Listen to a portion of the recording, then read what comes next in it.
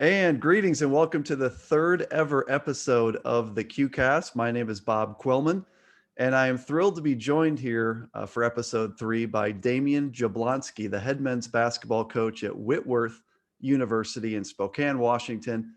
Damion, it is great to finally meet you, and I appreciate you coming on this silly little show I've created. I appreciate you having the silly little show. It's always fun to get together and talk D3 hoops, and so I appreciate you having me. Yeah, I've heard you on Hoopsville with Dave McHugh before, and you've got a really interesting story. I want to get into some of that. I guess I would just start out here, Damion, saying you were supposed to have a couple games this weekend to conclude your season, and maybe fitting for the season that we've had, those two games are not going to be played. We won't get into all the details, but I think it's COVID protocol related, let's just say. But boy, what's it been like playing through a pandemic? What has this crazy season been like for you? Well, I think the way to sum it up is if you go into my phone and you look at what the most frequently used emoji has been over the last 6 months, it's been this one. I mean, what are you gonna do? This whole year has just been a test on, getting tested by things you can't control more than anything. So, it really did seem on some levels, even though it was disappointing, we didn't get to do a senior night tonight, which we were planning to do. We can't control these things, and we certainly learned a lot of lessons along the way. It's been a long season, there's no question about that. I think this is probably the longest Whitworth season ever. This weekend would be the national championship weekend. On top of that, with the additional flexibility that the NCAA gave, we started 2 weeks earlier than normal. Our program, we started on October 2nd, so a day after you could start. So all in all, it was definitely a taxing season, especially that first 2.5 months. We went October, November, and half of December, where we had no contests on our schedule. We did not know if we were going to play a single game. And that was really trying. We appreciated being together, but there's no question that there was a lot of emotional, mental strain, especially for the players during that time where you just don't know whether or not you're going to get to play contests.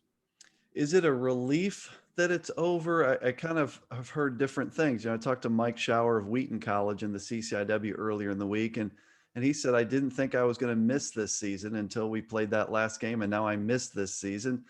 I get the sense from some others I've talked to, it's kind of a big exhale and kind of like, oh, are you going to miss this season, or how are you going to look back on this thing?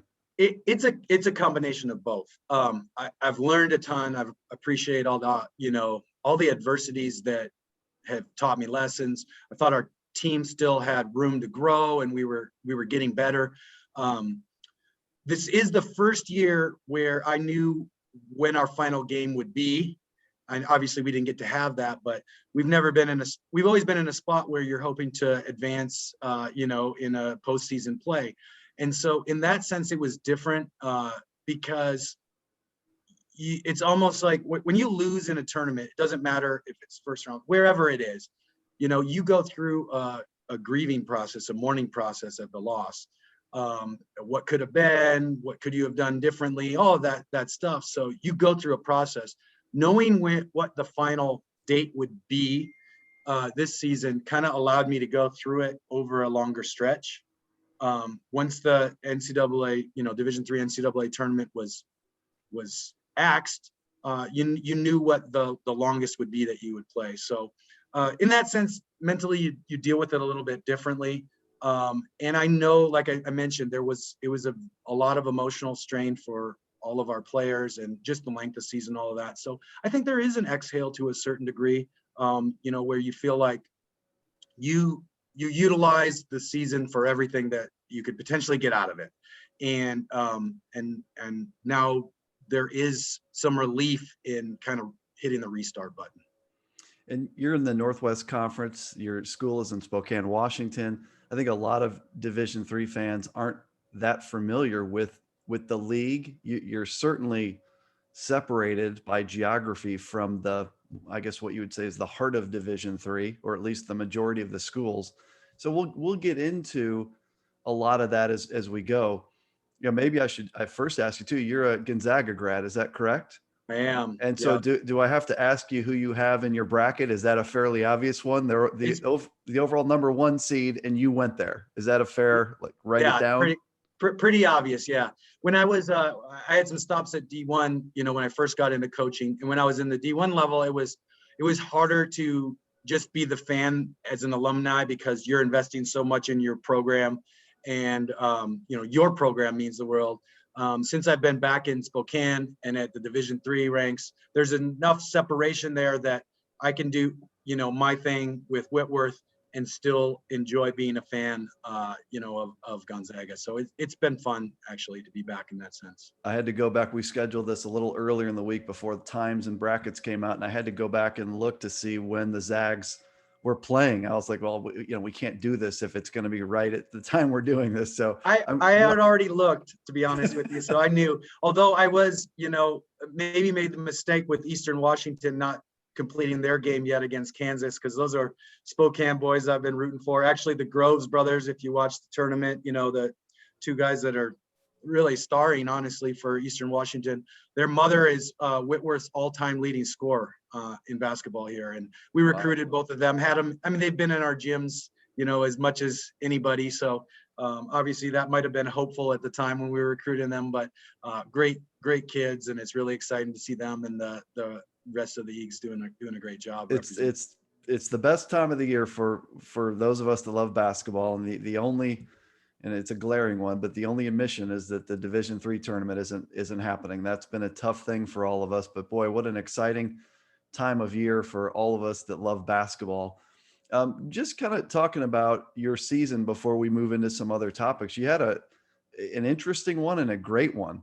I think your final record, 12-5. Is that correct? Do I have that right? 12-5 is, yep. And boy, you played a really unique schedule. And I some of these may have been exhibitions, I can't remember, but you had Lewis and Clark State. You played twice early in the year, correct? And we played them just before Christmas, which was, I failed to mention, and I think a lot, some people might not be aware of this, but due to, protocol restrictions, we couldn't play 5-on-5 most of that time in the fall that I talked about. So, we kind of eased into it. We were able to do threes maybe around Thanksgiving. And then we never got to go fives until we got to consistent testing, which was literally the week before our first contest against Lewis and Clark State. So I think they were our sixth day of being able to play 5-on-5 when we played Lewis and Clark State back to back, just going into Christmas. They just won last night. They're in the NAIA Elite Eight and play this afternoon. So really great program. We had our hands full, played a great first game considering. I can't remember, it was 2 or 4. It was a close game. And the second game, we lost players to Christmas break. We already had, I literally put that game on the schedule less like 7 days before.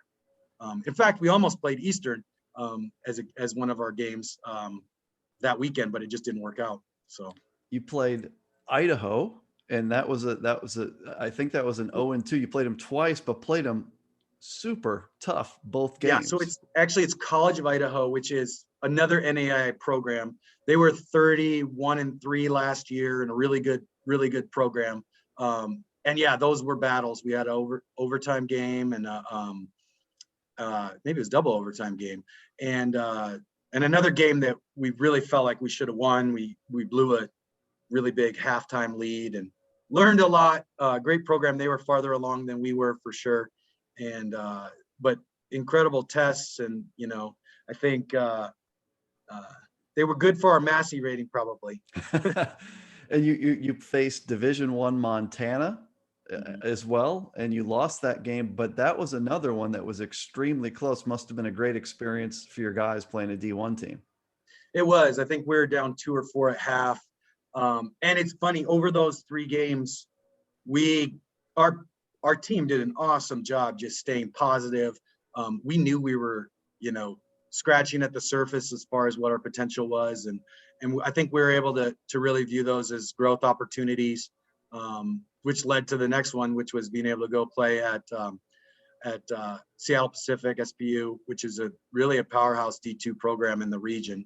and we were able to get back-to-back wins against them, which was pretty awesome. And that was the eye opener, I think, for everybody, is the close games. Everyone's looking at those because people weren't quite sure what you guys had this year or what you didn't have. But the Seattle Pacific wins, I think, on back-to-back nights, really eye-opening to beat a really strong Division II program. I think that catapulted you into the Division III top 15 ranking, the D3hoops.com poll. And then you guys just started rolling from there. I think you only lost to 2 D3 teams. You lost at Whitman and you lost at Pacific Lutheran. Other than that, it was a perfect D3 slate. You got to be pretty happy. Those were tough games that you dropped there. You got to be pretty happy with the way this thing played out this year overall. Yeah, all in all, I mean, you kind of, as a coach, you had to throw aside logic as far as who you're going to play, and whether or not, you had a great chance to win those games or not. How do I say that? Like, I mean, I was just trying to get our guys games. And I think if you planned out a schedule, you wouldn't want to throw your guys to the wolves quite like we did. But we had to, and have some of those games be counters. But our guys responded. It was awesome.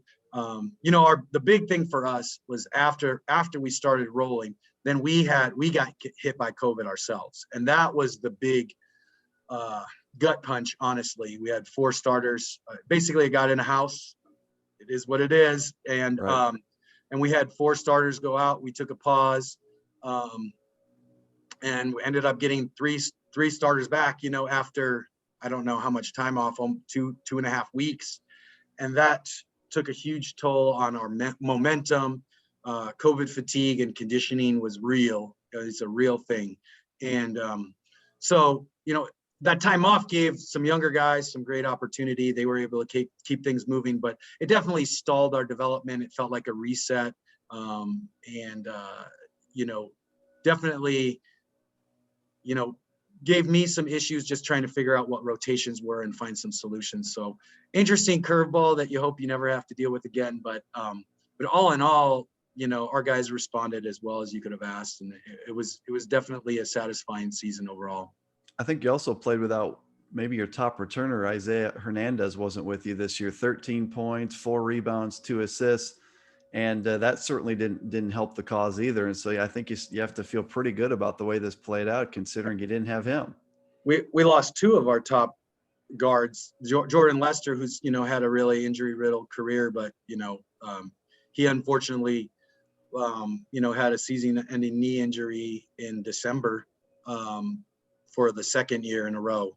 And so 2 of the top guys that we had on the in our roster out all season. So it is what it is. You gotta respond. But obviously you look back and you hope those things don't happen for the student athlete's sake, but also, for the team's sake, because they were big parts of our plan for sure.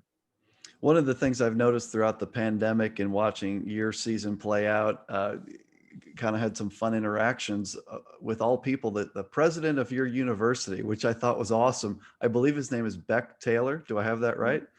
And what I thought was cool, and this has to be really good for your athletic department and your program, is he was so supportive of getting athletics going this year. Actually a university president, and there's a lot on their plates this season, probably more than ever before, with everything going on and trying to keep the campus safe and making good decisions. But boy, it was cool to see a university president out there on Twitter, saying go Whitworth. And I just noticed that, and it was probably 2 or 3 or 4 tweets that he had. And that's got to be a pretty cool thing to have that type of support from university leadership. Oh, it's huge. And you weren't the only one that noticed it. We have recent news, which is sad to Whitworth, but exciting for him, is Beck just got named the new president of Samford University in Birmingham, Alabama. So this was year 11 for us here at Whitworth, for him here at Whitworth. And just an incredible leader. He was our only fan most of the year. He was the only one that could get in the building and watch the games. And so awesome guy, and he provides such support for all of our sports, just different activities, really embodies what this university is about. So we're going to miss him. The good news is at the moment they named the head of our vice president of advancement, Scott McQuilkin, our interim president. Well, Scott was our PA guy for some of our games because he wanted to get into the games as well. So so hopefully, we continue the support for athletics from our administration, because that makes a huge difference. I've been in places where that isn't necessarily the case, and it makes a difference for all of the student athletes' experience. No question. It makes a huge difference. And I think the university leadership, athletic department leadership had more on their plate than ever before. But it certainly makes a big difference when you've got a president of a university that's out there rooting for you to get on the floor and do well, which is cool. Mm-hmm. Where I'd like to take this next just for a little bit is your background, because it's a unique one. And I first learned about it in listening to you on Hoopsville with Dave McHugh, talking about how you got to the point of being the head men's basketball coach at Whitworth. It's an interesting ride that you've been on, and it didn't start out in basketball coaching. So you were somewhere else and decided this wasn't. Can you just talk us through the path that led you into coaching? Sure. I'll try and abbreviate it, and then you can ask whatever questions you find interesting. Long story short, I was born in Metro Detroit, lived there till I was 12. My dad was a basketball coach, middle school, high school coach. So I grew up in a gym, really always loved basketball, always been my passion. There when the bad boy, the last 2 years I was there was when the bad boys won the, world championship for the Pistons, which, by the way, I got this right here. What 10-year-old writes Chuck Daly and asks for an autograph? Man, and I was a kid growing up in Chicago, so you know how much I hated Lambeer and Rodman, Isaiah Thomas, right? I mean, that. I can look back and see what villains they were now, but back then they were nothing but heroes. Right. We have family ties also out here in the West, and moved to Montana. I went to middle school, high school in Montana, had a good small town high school athletic career, but not a recruited athlete. Got some scholarships to go study engineering at Gonzaga. Had a phenomenal time there. Was again there at a great time for someone who loves basketball. My junior year was the year they made the, Elite Eight run. Casey Calvary tip-in over Florida. And, I lived in the dorms with all those guys. I was next door to Richie Fromm. Casey was downstairs from us. Quentin Hall. All those guys were in the, dorms together. Small school at that time. So, everybody. And, me and my friends drove 24 hours down. I was at that game. We drove, nonstop down to Phoenix and stayed on, 15 of us in a hotel room on the floor, so we could go to those games, shirtless, painted up, all of that. So had opportunity to just really be on the fan side of college basketball. And so that was a way that it stoked my passion. After college, I got a engineering job at Ford Motor Company, randomly ended up back in Metro Detroit. Maybe my, being born there was the reason why I was more receptive of going back to the Midwest. But I was doing that, and a year or so in, I'd be watching basketball games and I'd be writing down plays. And, I just felt like, what am I doing? Like, I got to get involved. So it's some funny stories. I really feel like they're God things, but I ended up, one of the first things I did, along with just going to high school games, I was going to high school games and watching, just knowing who all the players were and all of that. But I decided to go to a coaching clinic, one of those like Nike coaching clinics where they have a dozen college coaches in a weekend. So I drove down to Pittsburgh. That's about 5 hours away, and went to this Friday, Saturday, Sunday thing, and pretty much on my own, and you almost feel like a fraud because when you're in those groups, people don't even bother to like ask your name. They just call everybody coach. And, so I'm getting called coach, and I'm like, I'm not really, I don't even have a team, and the last day, Sunday, there was like a break, and so people were getting coffee, I don't know. And somebody walks by me and they have a shirt that I recognize, and it's the high school that is a 2-minute walk from my house in Metro Detroit. It's the varsity coach, and I go talk to him, and we get to talking, and I ended up being on his staff the next year, and that's how I got started. And after about 3 years of that, I was the JV coach and varsity assistant, and really I loved it, but I was kind of getting tired, kind of getting worn down by the bureaucracy of my own big corporation job, and knowing that it wasn't my passion. So I decided, I'd rather be at the bottom of a ladder that I want to climb than stuck in the middle of one I don't really want to be on. And so I made, with the support of my wife, which I'm so grateful for, made that jump, because financially it was not a sound decision by any means. Worked a bunch of camps, worked Eastern Invitational out in New Jersey at Rutgers, worked Central Michigan, worked Villanova, and just reached out to all kinds of programs, went into about every basketball office I could. The first real response I got was actually U of D Mercy. So Perry Watson was the coach there. He was assistant with the Fab Five back. He was Jalen Rose's high school coach. And Perry called me in, and we spent an afternoon, which was awesome, kind of talking about potentially a graduate spot. But it wasn't, it was kind of like off year, like it was still filled, but maybe next year. So, but all those interactions, gave me a lot of hope that, hey, if I just keep hammering away, maybe I'll get an opportunity. I got a no from Oakland University early. They didn't have a spot. Then later on in the summer, they had some coaching changes. And it's kind of funny how this stuff works, because the theme came up many times in my coaching career. But Jeff Tungate, who's now their head women's coach, but he was the associate head coach at the time. He was out on the recruiting, and he happened to be sitting next to like Central Michigan coaches who I'd worked their camp and stuff. And he's like, yeah, I think we're looking for a GA now, any ideas? And they're like, and I got, my name dropped. And so luckily I got an opportunity to get into that program. And that was an awesome experience. Spent 3 years there. We ended up, my last season, we were 26-9, made the NCAA tournament, played Pitt in the first round, and just had a great experience. We had, NBA draft pick, and, some great players to be around. Coach Campy's actually the third longest tenured coach in Division I history. So or in Division I at the moment. So behind Boeheim and Krzyzewski. Wow. Is Coach Campy. So, quite an awesome, coach to be able to learn from. And then I was trying to see, if I could get a full-time spot somewhere. In my time there, Jeff, one of my mentors, he had mentioned, you really need to go study other programs. So he's like, I coached with Terry Johnson, who was an assistant at Butler at the time. Now he's an assistant at Ohio State. But he's like, those guys at Butler are great guys. And I think it was Brad Stevens' first year. I started going down there, and I'd spend 2-3 days just going to practice and trying to learn from them. And phenomenal human beings at that time, just great people, real great people. And so I did that for a few years. And fast forward, when I'm looking for a job, I tried to, you can stop me if I'm just. No, it's good. This is great.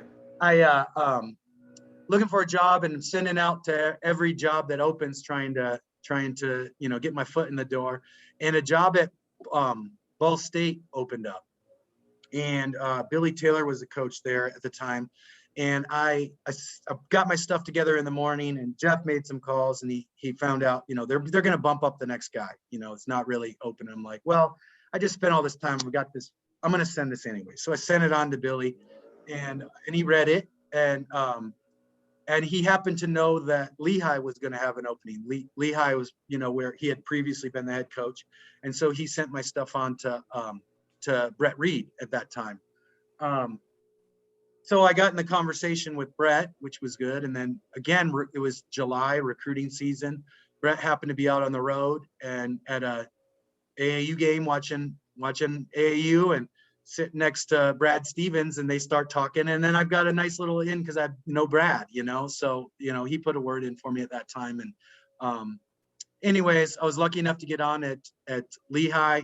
Only spent a season there. It was shorter than I thought it would be. I enjoyed my time, but I was coaching alongside Matt Logie, who's, ended up being the head coach here at Whitworth. And when he got the job, he asked if I would come with him. And it was not what my plan was at all, but it was a great opportunity to get my family back to the Northwest.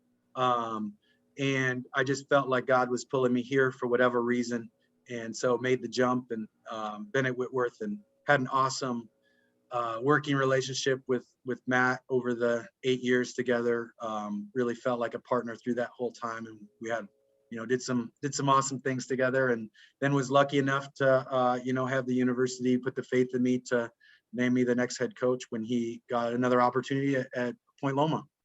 So 8 years with Matt at Whitworth, and then this was your second year as the head coach at Whitworth, correct? Correct. Yeah. It's a great story, because I think I know this is a basketball related show, but really some life lessons about following your passion. You're an engineering major that had an engineering job at Ford, Yeah. and you decided to walk away from that to follow your passion, which is amazing. The other takeaway, I think, is the importance of networking. Oh, no. So, in my day job, I work in the insurance industry, and I can't tell you how many times I've seen people land good jobs just because of the relationships they build in the industry, not necessarily within their own company, but just around them and building a network. And it sounds like you really benefited from doing all the right things. It's an incredibly cool story of how you landed where you are. Appreciate it. One of the things that I do try to impress on people, like when I tell the, younger coaches or whatever, is, while I was searching out a job, a lot of my networking was like, it was also just, I was trying to learn. I was going to clinics.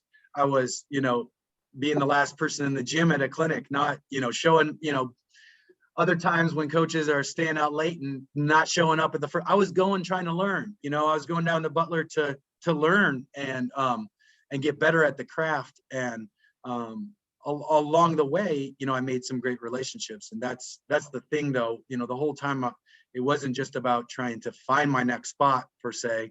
Although that can kind of get lost in the translation sometimes. It was more about trying to get better as a coach. So. And, Whitworth, the program itself, it has been terrific. During the tenure that you have been there, you've been there now 10 years. There wasn't a tournament this year, obviously. But I think of 7 years of the 9 before that, I believe you've been in the NCAA tournament. Does that sound Correct. 6 or 7 of those? Yeah, I think it's. Yeah. We only missed one. We only missed one in those 8 years. Incredible. Yeah. That's hard to do. Yeah. No, actually, Whitworth is last spring they came out with the numbers the NCAA did of winningest programs in the decade of 2010 to 2020. And the first 2 on the list were Division II programs. I want to say Lincoln Memorial, and I can't remember who else. And then the third team on the list, and this is by winning percentage, was Gonzaga, which is obviously right down the street from us. And Whitworth was 4th over that time. So we've been lucky enough to be, in a program that's had a whole lot of success. And, don't take that lightly, because it's not normal that you have the opportunity to go to that many NCAA tournaments. And it's a great league. It's an underrated league that people in the middle part or the east part of the country aren't terribly familiar with for a lot of reasons, because it's, removed geographically, because your games start late at night, in Central and Eastern time zone. But fantastic league where you battle regularly. It's the last, 5 years at least, it seems like it's Whitworth and Whitman. But this year, Pacific Lutheran had a great season. I know that as an Illinois Wesleyan fan, we remember fondly our games with Puget Sound back in 2006 and the run that they had. Linfield, George Fox, I can't name them all, but it is a very underappreciated league. I mean, when you look at that conference as a whole, that's a tough league to win night in and night out. Yeah, it is. It's I do think it gets underrated a bit. A lot of it kind of just systemically with strength of schedule and being on an island, it's difficult for us to schedule. We're beggars more than we are choosers for what opponents we play. It's hard as a league to get your strength of schedule up. At best, we're at best, a program is going somewhere for 4 of their 9 non-conference, at best. And you can't always even choose or know how good those opponents are going to be. It's a roll of the dice sometimes. And then, so yeah, I think you get lost a little bit. Just statistically, it's harder to have a strength of schedule that then builds throughout the year. Last year we scheduled as tough as we possibly could. And it worked out. They don't always work out. I thought we were one loss too many. Honestly, last year we got in as an at-large, and when we lost to Whitman in the tournament, we hugged and cried and said our goodbyes, because we go into that weekend, that you being one of the talking heads, we were a bubble out. We were bubble out. And so it was a surprise as the weekend went on that we ended up being pretty solid in, but that wasn't what we were expecting. And that's kind of the issue you have with the way that the selection is. It's hard out here to even just statistically get what you need to get an at large. Yeah, because it's the winning percentage, you're fine, but it's that strength of schedule metric and the results versus regionally ranked. If you can't schedule those type of games, there's no way that mathematically you can do that. I talked to Mike Schauer about that earlier in the week, and what he said is, I feel for all of those programs that have that issue. It's a hard solve, but I think what did help you last year is the quality of the wins that you had. I think when those were stacked up, I think that's what got you in. You had some really good wins last year. We did, and I do think we got, I don't want to say lucky, but my understanding, I don't think we see the final rankings, but is that both Linfield and Whitman were were regionally ranked at the end. So that helped a lot. You know, when you're in a conference that you have baked in 6 or 8 games against other teams that are going to be regionally ranked, I mean, that's a huge advantage. And for us, we're lucky typically if we have 2 teams from our league, and I'm pretty sure we had 3 last year. So that combined with the really good non-conference schedule we were able to have, I think that really benefited us. And then you didn't disappoint. So you got in, and it's always interesting to see what they try to do with the Northwest teams. Usually they just have to build this mini little pod where the Southern California League team will come up to a little mini pod there. And it's often not terribly creative due to budgetary constraints and the 500-mile rule and all that. But last year was unique in that they sent you in the first round right here to where I live in Dallas, Texas. So you were at Texas, Dallas, and you came out of there. You beat, was it LeTourneau and the host. And I saw Texas Dallas play, I don't know, 15 or 19 times last year because they're 10 minutes away. They were really good. So to win on their floor, they had a tough team. They had a lot of size. So you come out of there. That must have been a thrill to advance to the Sweet 16 at that point. Oh, it was awesome. It was so exciting. And I told you how our weekend ended before, honestly, in tears. And, it was a complete redemption for us.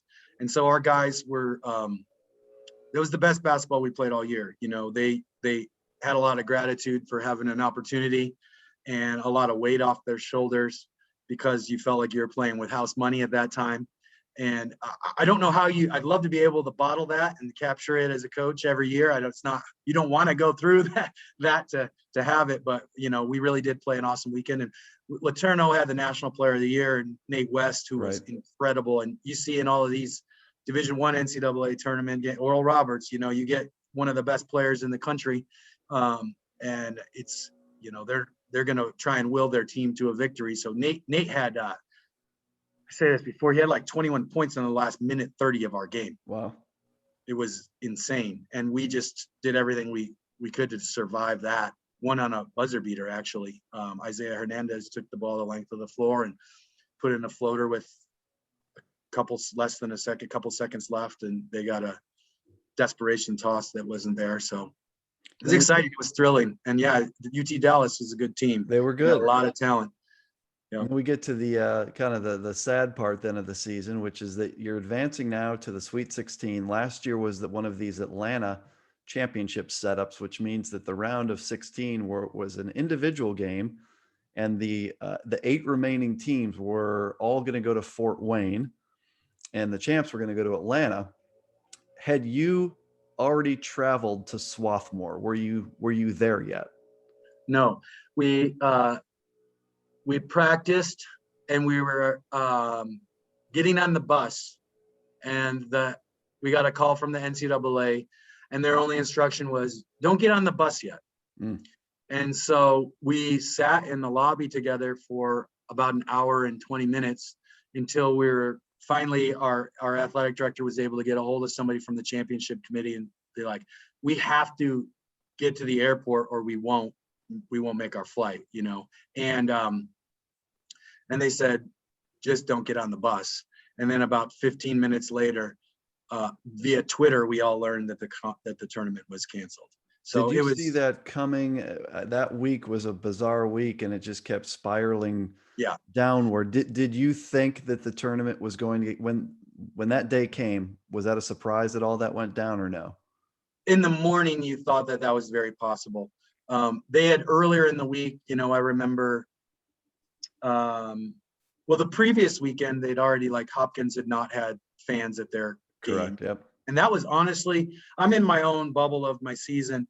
I hadn't been following the news to know that it was, to the degree to know how serious it really was. And that was honestly one of the first indications that it was going to affect us to that degree. And then they had announced, Swarthmore had announced, and that's who we were going to play, that there would be no fans, maybe the day before or 2 days before. And I remember being upset about that, disappointed about that. And it wasn't until, I want to say, the NBA canceled stuff the evening before. And then it was like, okay, now it just feels inevitable. But at that time, you know, and I'm glad they didn't, because it would have put everyone in a real limbo. But at that time, I was really hoping that they were just postponing it. I was really hoping that, you know, thinking that there was hope that, hey, we have all this time left in the school year, that they'd be able to find a way to close things out. And we all know now that was not in the cards. I'm glad. So I guess it was a good, right? Yeah, I guess it was a good thing they didn't leave us all hanging, or we might've been. It was a tough week. You know, Mike Shower said that he's the one that had to walk into the gym at North Central and tell WashU that the season was over. They were getting ready for their game with North Central. So there were stories like this playing out all across Division III, men, women, heartbreaking stories. You were going to play the number one team in the country at their place, Swarthmore. I believe they were they had one loss. I think they lost in their conference tournament to Hopkins, didn't they? So they had one loss, and that would have been a heck of a matchup. I'm sure you had done your scout, and you know that Swarthmore game. I bet you went in there feeling like you had a chance. 100%, and that's no. Not disrespect at all to Swarthmore, but we were playing the best basketball of this season. And honestly, we felt like the matchup and the game plan we had, our guys were extremely confident with. Our coaching staff was anything could happen. We could go there and get blown out, but we definitely did not have that feeling. And in a weird way, when they said there would be no fans, we thought, okay, well, that's great, because now you're it's closer to a neutral court. And that does makes a difference not playing. That's the other thing that is hard being out here on this island, is you don't ever get that advantage, or very rarely get the advantage of having home games beyond that first weekend of the tournament. Ken Palm gives you 5 points for being at home. So it's not made up. It's not made up that it's an advantage. It's a good point, because if you're in the central part of the country, if you have a special season, you know, let's say a CCIW team that rolls through the CCIW, wins the conference tournament. If you have that special resume, you won't leave your gym until you go to, in this case, Fort Wayne. It used to be Salem. Now, the flip side of that is the rest of the teams in the CCIW and WIAC, they have that nasty road because they've racked up some losses. But you guys really don't have much chance to play a Sweet 16 game or an elite game in your gym. That's really hard to make happen, isn't it? We got one Sweet 16 game in the decade at whatever that I've been here, and that was the other year that we did the in conjunction with the D1 in Atlanta. 2013, single year. So yeah, and that was, and we got Mary Hardin Baylor at home. Great game. Unfortunately, it's one of those games where it was a rematch we played them early in the year and beat them by a dozen, which I never think is great. I never really want that on your schedule, the rematch game. But we had them, and that was the year Mary Hardin Baylor made it all the way to the final game. So Right. they were runners up. But we had a game that was decided in the last minute. And that's the only time that I'm aware that we've had that opportunity at Whitworth. Couple more topics, just to kick around here is recruiting. You have an interesting landscape out there where, in the part of the country that I'm most familiar with, the CCIW, the WIAC, Division III has a strong brand. If you're a high school kid in the Chicago area, you know about Illinois Wesleyan and North Central and Elmhurst, Wheaton, Augustana. You know those schools. You know kids that are older than you that have gone there and played basketball, and it's known to be a high level of basketball. If you're in Wisconsin, you certainly know about Stevens Point and Oshkosh. Out your way, you have a lot of NAIA presence. You have a lot of Division II presence. Certainly, your league is strong. What is the Division III brand out your way for the average good high school senior that you're trying to go after? Do they know Division III like they do, say, in the Midwest? I'm guessing not. I think we've benefited obviously from our success. So I think there's more of them that know about Whitworth's success. And also our environment. We get great home crowds. I mean, we've been in the top 5 or 10 in Division III home attendance. So that's obviously been a big part of our brand. Our home attendance has been better than a lot of all the Division II schools in the region, numerically. So I think those are things that, as an institution in recruiting, we're able to help student athletes understand. But I think you're right. I mean, we recruit against some really great NAIA and D2 programs, probably more than anything. So maybe some disadvantage when you don't have the brand. I mean, what you're saying right there about the CCIW is maybe similar to, I went to high school in Montana. The NAIA conference there, the Frontier Conference, is super strong. So like here at Whitworth, we found it really hard to recruit out of Montana because that brand of the Frontier Conference, the Carroll College and Montana Tech and all those, like, is so strong that those students have a different affiliation to it. Yeah, I think in the CCIW regularly goes up against NAI schools like an Olivet Nazarene or St. Xavier, and certainly some D2s on occasion. Lewis is right there and Wisconsin Parkside. But I do think that there's more brand presence of those, like the CCIW, the WIAC, than what you have. And I think your job of selling kids on the fit beyond the scholarship part of it is tricky. Yeah. Who we've quite honestly, the people that we've recruited against the most are probably at Seattle Pacific and Carroll College, and some that have institutionally have some real parallels, but then they're scholarship institutions for athletics. Just a couple more questions here. I want to finish on your team for next year, but I want to ask you first just about Division III. You've now been part of Division III, I guess, for 10 years. So there's a lot of coaches in Division III currently that are like Division III lifers. They played at a Division III school. They were an assistant coach at a Division III. Now they're the head coach, and they've never been outside that world. So they come into that world believing in it and knowing in it. You high school coach, Division I, a lot of different things in your background. Then you end up at Whitworth in Division III for the last 10 years too as head coach. What's your overall feel of Division III as you've immersed yourself in this for a decade now? I love it. I mean, I think we as a division do a tremendous job of actually living out the NCAA values of student first. I think that's probably the biggest thing.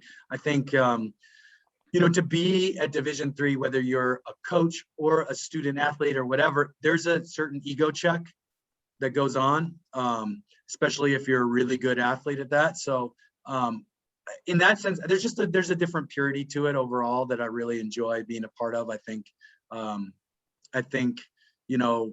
it's real when we talk about coaches being proud and excited about all these things that our student athletes are doing off the court, in the classroom. Those things sometimes get lost when when you get scholarships and you get big money and those things involved. Not to say that's the case all the time, but it definitely seems like there's a good balance at Division III, and I love it. Very well said. I think that balance thing is the thing that those of us that have fallen in love with Division III really appreciate, is the balance between the student and athlete side and the perspective that it brings. Final question is just about your team next year and what we should look forward to. I think your program's to the point now where when I start making my top 25 ballot in a normal season, when it is 25 teams, that Whitworth is a pretty easy team to just write down somewhere in there and trying to figure out where to put you. I mean, you're always in the top 25 poll. You've always got a Northwest Conference contender. Remind us, key returners next year. I'm sure you got some recruits, and we won't ask for recruit names, but just what does your team look like next year at this very early stage in March? Very, very promising. Very promising. I thought this, we had the makings this year, even with some injuries. Jordan Lester plans to come back next year as a super grad student, but he, hopefully his body will hold up and we'll get a chance to see what he can do for a complete season. But, I've got 4 of the starters back that we had for the majority of the year. I've got some really great young guys. Just talking about what will be seniors next year, obviously Jordan, Rowan Anderson played point guard for us this year and had a huge step up in his game. He had a couple of games with double, 22 points and 11 assists or something.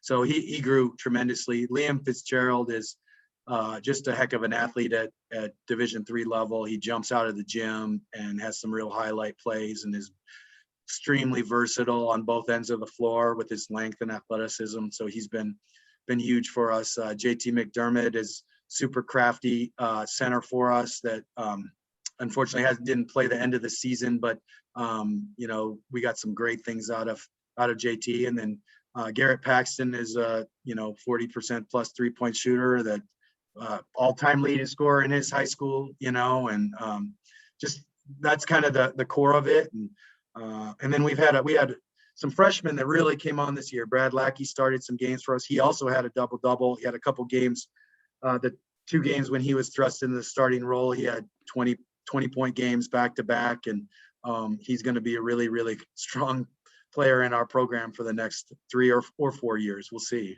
So I love the core of our team. I think we were just learning how to play together and play the right way. And so I think the lessons that we learned this year were huge. I think your job in top 25 is really difficult. I always feel like you can usually pick the bundle and then how they're sorted out, Right. I don't know how you do that. I think from a talent standpoint and an experience standpoint, we definitely have a returning squad that should be considered in that bundle. And I'll leave it at that. Should be a crazy year next year when you think about all the talent that will return. Just what I know already about the CCIW and the seniors that are trying to come back. I think across Division III, it could be as deep a year next year as we've ever had in terms of talent because of the people that will come back, which is great. I hope that every student athlete that has a chance to come back can work it out academically and financially. I hope they can do it. I know that not everyone can, but boy, would that be fun. And, I'll also say on scheduling, we got to find a way to get my Titans and you guys together. Wouldn't that be fun? We were supposed to take Ron Rose and team were supposed to come out to the Pacific Northwest this year, and that was canceled for COVID. And we were going to play some teams in your league, but I'd love to find a way to get you and Coach Rose together. What a matchup of great programs that would be. Well, let me throw out my scheduling pitch because we'll offer a guarantee to get some people out here. I'm still working on it next year. So anybody out there in Division III who's looking for some games and an experience in the Pacific Northwest, we can get you a couple. Please come out. There'll be some coaches watching this, and I would encourage. There's a lot of folks looking for great matchups and great games. And as Mike Schauer said, you need to play good teams. You need to have a good strength of schedule. And what a great opportunity for folks to take a great trip out your way and play you guys. So kudos, Damion. I appreciate this. There's a lot of folks will tune into this, hopefully, just to learn a little bit about you. Anything final that you'd like to throw out there for the folks that are tuning in? Well, obviously, just my sincere appreciation for you, Bob, and for all those that are covering Division III. I think our student athletes deserve it, and we certainly appreciate it, the coverage and the recognition. But I guess my final thing is, and it's a solid thing, but look out for those people you love out there. This has been a tough and traumatic time for a lot of people, and there's many that are struggling. So ask the right questions, look out for those people that you care about, that you think might be having a tough time, because as a society in whole, we're seeing some repercussions of this, this isolation and just this trauma. So, ask the right questions and look out for those people that you think might be struggling. Yeah, well said. The mental health side of thing it's been a real rough go with everything going on several fronts, and that's extremely well said. And I'm glad that you left it there. So Damion Jablonski, head coach, Whitworth University, has the program rolling along in awesome shape. Let's do this again as we get into next season. Talk about your team and how things are going, and let's hope that we're not talking about pandemics. And I know that we'll still have some remnants of this, but I feel like November, when your team takes the floor, I think the world will be a lot better. At least I'm sure hoping so, and that we can talk more about basketball games instead of COVID tests. I don't think it can be worse. I've got hope that it'll be better. Me too. Well, thank you so much for your time, Damion, and we will talk down the road. Okay. Thank you. I appreciate it. Thanks.